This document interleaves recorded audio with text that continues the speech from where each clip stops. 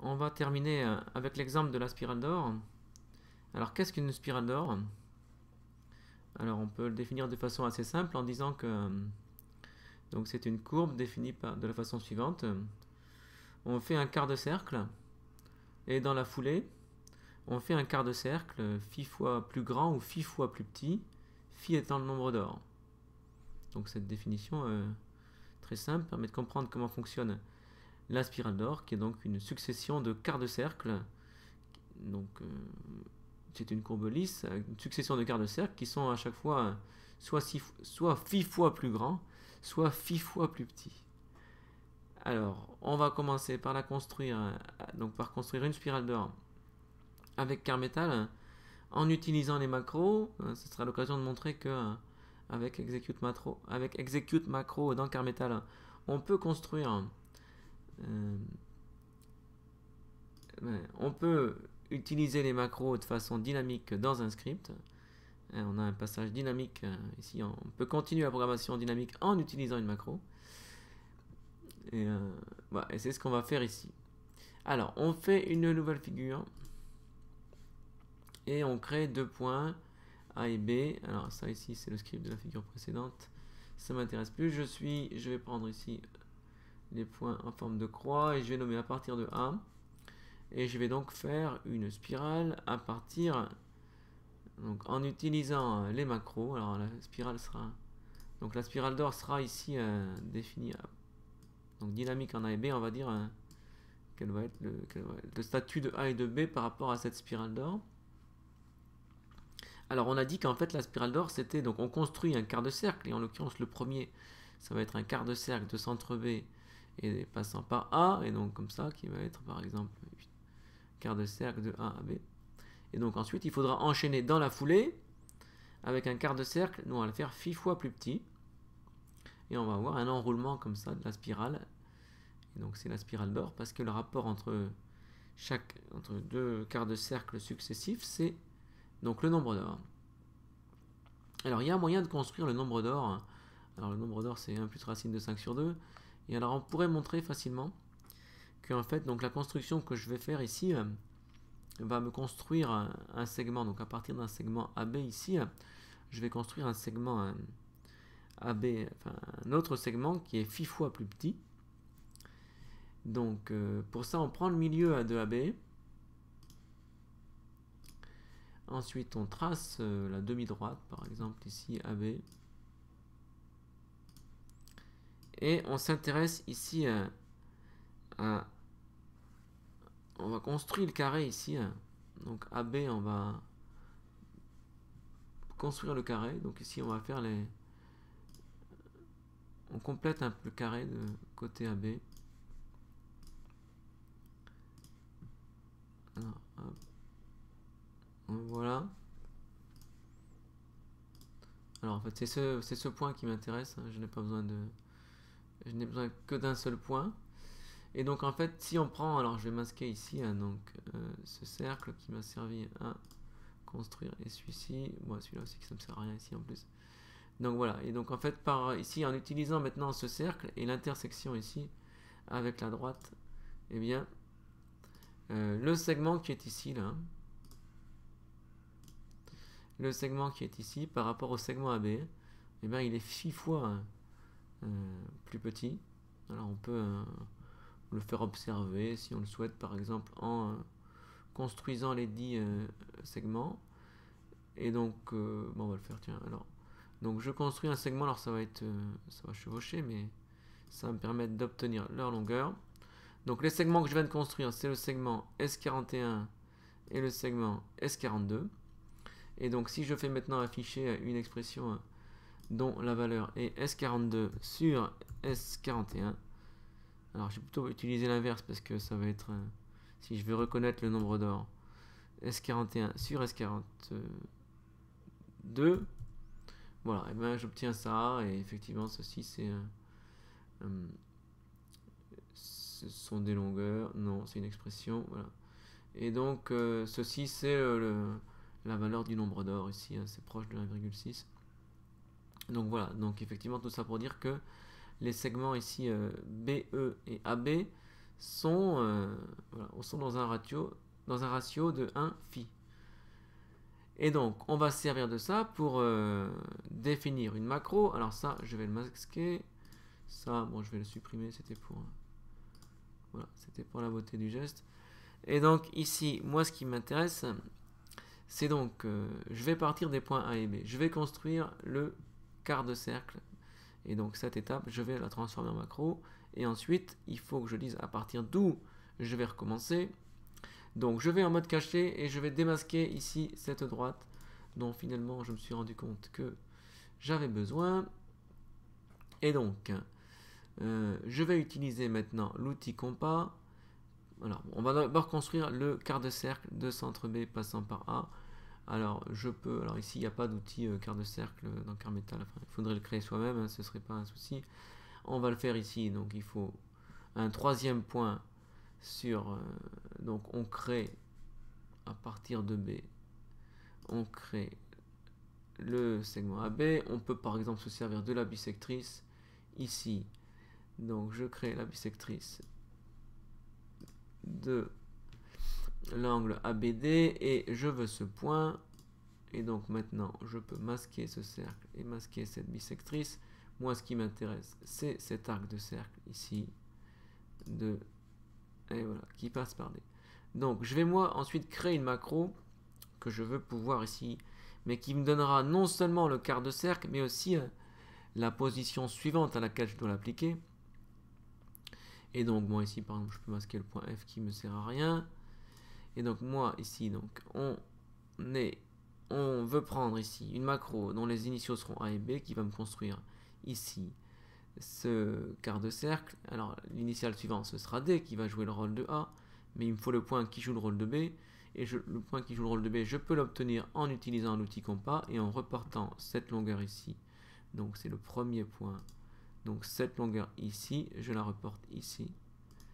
Et vous voyez que ce point-là va jouer le rôle de B. Et comme ça, je pourrais réitérer ma construction. Donc, je vais ici masquer ça.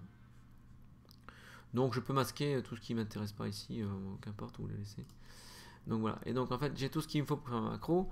Donc, les initiaux seront A et B. Et je construirai comme finaux, eh bien, ce cercle ici. Et ce point. Voilà, qui est le seul finalement dont j'ai besoin. Non, et le point D aussi dont j'ai besoin.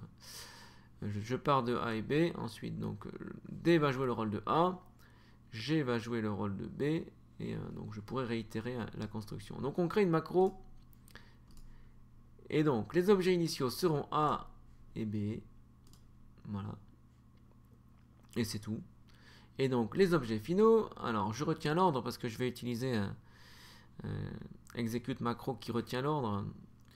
Donc exécuter macro comme défini. Donc le premier, ce sera donc le quart de cercle. Et ensuite, ce sera le point D qui va jouer le rôle de A. Et ensuite, le point G qui va jouer le rôle de B. Et donc, cette macro, je l'appelle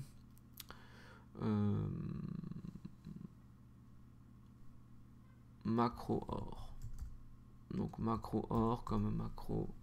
Bon, macro spirale d'or, voilà. Macro spirale OR. Voilà. Donc maintenant je peux tout effacer, ma macro elle est là, voilà, et je pourrais l'utiliser, elle est à ma disposition, mais moi je vais l'utiliser dans un script. Donc je vais tout effacer. J'efface tout. Et je rajoute pas les changements, ma macro est quand même encore là. Donc ensuite on crée deux points. Donc A et B si on veut, bon pourquoi pas. Qu'importe ici, on va utiliser la macro. Et donc maintenant, par script, je vais faire un script, nouveau script, qui me construit la spirale d'or. Donc ce script, je l'appelle spirale d'or. Spirale d'or. Ok. Alors en quoi consiste mon script? Alors mon script, il va retenir, donc il y aura deux valeurs. Alors on va travailler en français, mais en JavaScript francisé ici. Alors ce que je vais faire, c'est que je vais retenir la position. Donc alors ici, donc c'est JSA qui va être égal initialement à A, donc c'est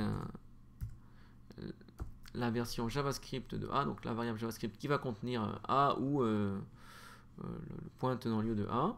Je recommence ici pour B. Donc JSB, donc la boîte qui contient le point B. Voilà. Et donc ensuite, on va répéter, par exemple, 10 fois. Alors, qu'est-ce que je répète? Alors, je fais exécuter macro, donc T, et je mets, alors, le résultat, c'est un tableau ici, parce qu'on a une macro avec 3 finaux. Donc, ce tableau, il sera mis dans la variable T, et donc, ici, j'utilise exécuter macro comme défini pour être sûr que l'ordre, ce soit l'ordre que j'ai choisi au début. Donc, exécuter macro comme défini. Comme défini. Alors, il n'a pas... Oui, sauf qu'il ne reconnaît pas, c'est qu'il y a un problème. Voilà. Et donc, j'exécute la macro. Je l'ai appelée macro spiral or. Alors, avec des traits bas. Donc, macro spiral or. Et je l'applique donc à JSA et à JSB. Alors, il faut mettre une liste de points séparés par une virgule. Donc, ici, je vais utiliser l'underscore parce que je peux le faire ici. Alors, et donc ça va être JSA, mais virgule JSB, sauf qu'il faut évidemment les faire précéder d'un underscore. Alors personnellement, je n'aime pas trop l'underscore parce que parfois il ne fonctionne pas, mais bon, ici je vais l'utiliser. Si jamais il ne fonctionnait pas, je changerai. Donc si je fais ça, eh bien, déjà par effet de bord, je vais construire le quart de cercle, mais en plus, donc dans T0, j'aurai donc le quart de cercle, dans T de 1, j'aurai le nouveau point A, et donc je vais mettre à jour JSA et JSB, commande C. Et JSA, et bien ça va être T de 1, parce que la macro, le retour de la macro, ce sera ça, et ici je vais mettre T de 2. Voilà. Et si je fais ça, je vais construire une macro ici, et donc lançons. Voilà. Alors bon, je peux ne pas être content. Hein. Et donc, je vais ici ne pas. Et, donc c'est dynamique, hein, ça fonctionne. Ne pas. Alors je vais masquer les points. Alors, donc je vais cacher les points JSA et JSB. Donc enfin, les points qui sont contenus dans les boîtes JSA et JSB. Cacher JSA et cacher JSB. Parce que voilà, j'ai pas envie de les voir finalement. Donc je reviens en arrière, on revient en arrière, et on revient en avant. Et voilà, et on obtient effectivement ici une spirale d'or, ici comme ça. Alors on va le faire maintenant avec DGPad. Alors, donc dans DGPad, pour l'instant on ne peut pas utiliser exécuter macro, hein, c'est pas possible pour l'instant. Donc on va utiliser la tortue, et on va reconstituer un peu à la main un quart de cercle, parce qu'un quart de cercle finalement ça peut se construire comme un morceau de polygone, enfin comme un morceau d'une ligne brisée. On sait qu'un polygone régulier, ça approche fortement un cercle, et donc ici c'est ce qu'on va faire, mais avec une ligne brisée pour approcher un quart de cercle. Et on procédera de la même, voilà, et on utilisera la tortue, on fera ici en fait exactement la définition que je vous ai donnée ici de la spirale d'or, c'est qu'on exécutera une fonction ou une procédure qui me fait un quart de cercle, et ensuite on réappliquera la procédure, hein, parce qu'on sera en mode tortue ici, donc selon le paradigme de la tortue, avec un rayon phi fois plus petit. Donc on passe dans DGPad ici, voilà. Alors est-ce que j'enregistre ça? Allez, on va enregistrer. Donc je appuie sur option, enregistrer sous, je l'appelle récurrence 2, voilà, enregistrer, je ferme cette figure, je fais une nouvelle figure de DGPad, j'ajuste sa taille, voilà, et on y va. Alors je place un point, alors un point A, et je place un point B. Voilà, alors ils vont jouer le même rôle que dans Car Metal ici, hein. On va leur donner voilà, la même fonction. Alors je vais renseigner la tortue du point A, Donc on clique sur le point, on fait ça. Et donc la première des choses, c'est que je vais créer une procédure. Donc c'est une procédure tortue. Alors je vais la torsion, là je suis dans qu'est-ce qui se passe quand je déplace le point, c'est parce que je veux, moi c'est l'onglet tortue ici. Donc voilà, alors pour quart de tour, donc quart de cercle. Alors j'aime pas de mettre des espaces, mais quart de cercle de rayon. Quart de cercle. Rayon. Et donc je vais donner un paramètre qui sera donc ce rayon en question. Je suis en mode tortue. Ici je vais l'appeler R. Alors on va utiliser la très fameuse formule longueur du cercle égale pi d, pi fois diamètre. Pour effectivement savoir, sachant que je veux qu'un rayon R, il faut que je tourne. Donc on va répéter, alors 90 fois, parce qu'on va faire on va tourner d'1 degré. Alors on a vu qu'on tournait vers la droite, dans l'exemple on va faire pareil, on va tourner vers la droite. Donc on va avancer, donc c'est dans tortue. Je suis en unité. On est en unité ici. Et donc normalement il faudrait faire 2 fois pi fois rayon. Sauf qu'ici il faut diviser par 360 parce que je fais un quart de tour.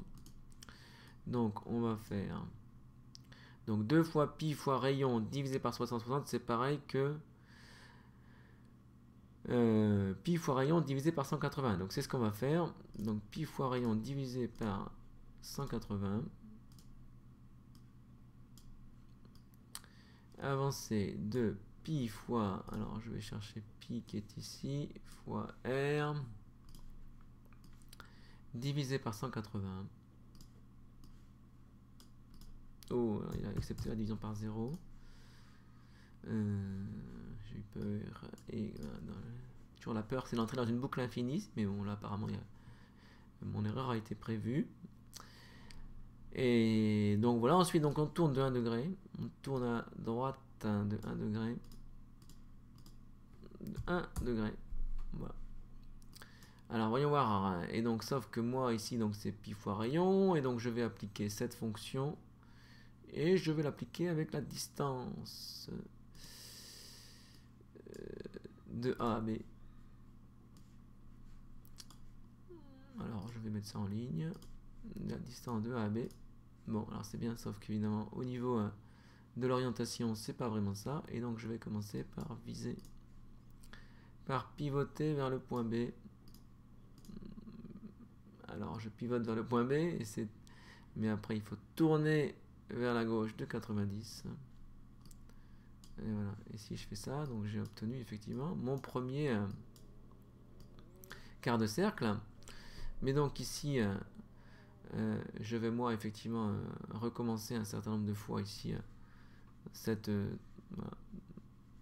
construction, mais à chaque fois avec un rayon 6 fois plus petit.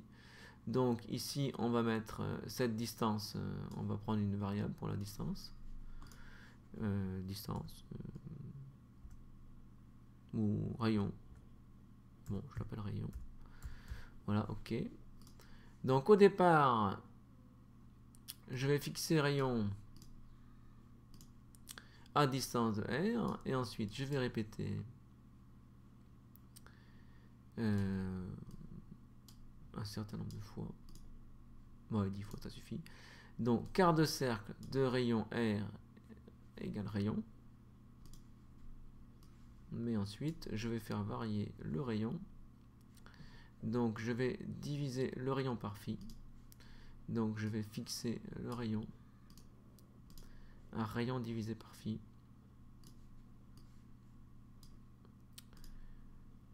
Je vais chercher phi ici, qui a été...